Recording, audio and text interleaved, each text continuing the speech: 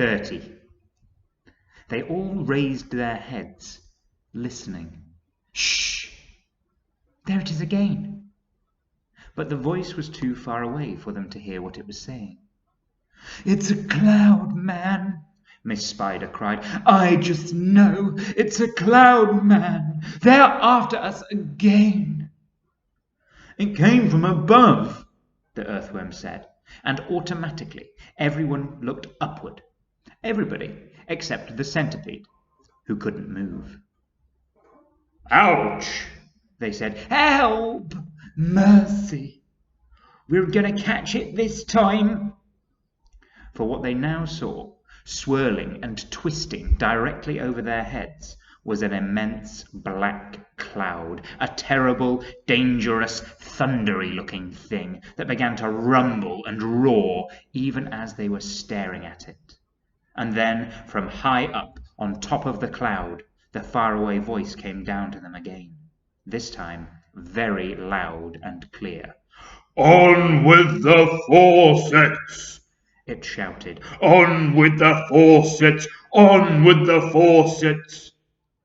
3 seconds later, the hole underneath of the cloud seemed to split and burst open like a paper bag, and then out came the water. They saw it coming. It was quite easy to see because it wasn't just raindrops. It wasn't raindrops at all.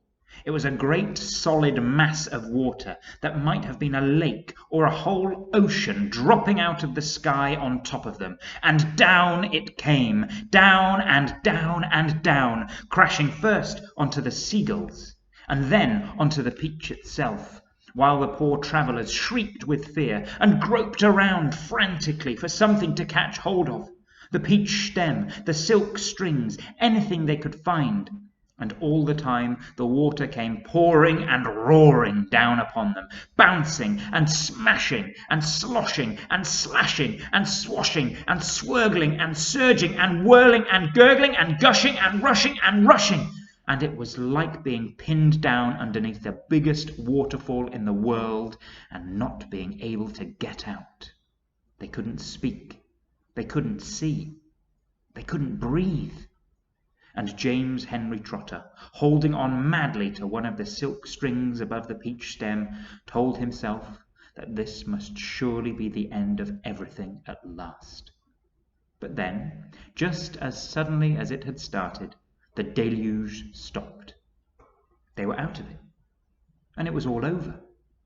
The wonderful seagulls had flown right through it and had come out safely on the other side. Once again, the giant peach was sailing peacefully through the mysterious moonlit sky. I'm drowned, gasped the old green grasshopper, spitting out water by the pint. It's gone right through my skin, the earthworm groaned. I always thought my skin was waterproof, but it isn't, and now I'm full of rain. Look at me! Look at me! Shouted the centipede excitedly. It's washed me clean! The paint's all gone! I can move again! That's the worst news I've heard in a long time, the earthworm said. The centipede was dancing around the deck and turning somersaults in the air and singing at the top of his voice. Oh, hooray for the storm and the rain! I can move, I don't feel any pain. And now I'm a pest, I'm the biggest and best, the most marvellous pest once again. Oh, do shut up, the old green grasshopper said. Look at me, cried the centipede. Look at me, I am freed, I am free. Not a scratch, nor a bruise, nor a bleed. To his grave this fine gent they all thought they had sent. And I very near went, oh, I very near went. But they sent quite the wrong centipede.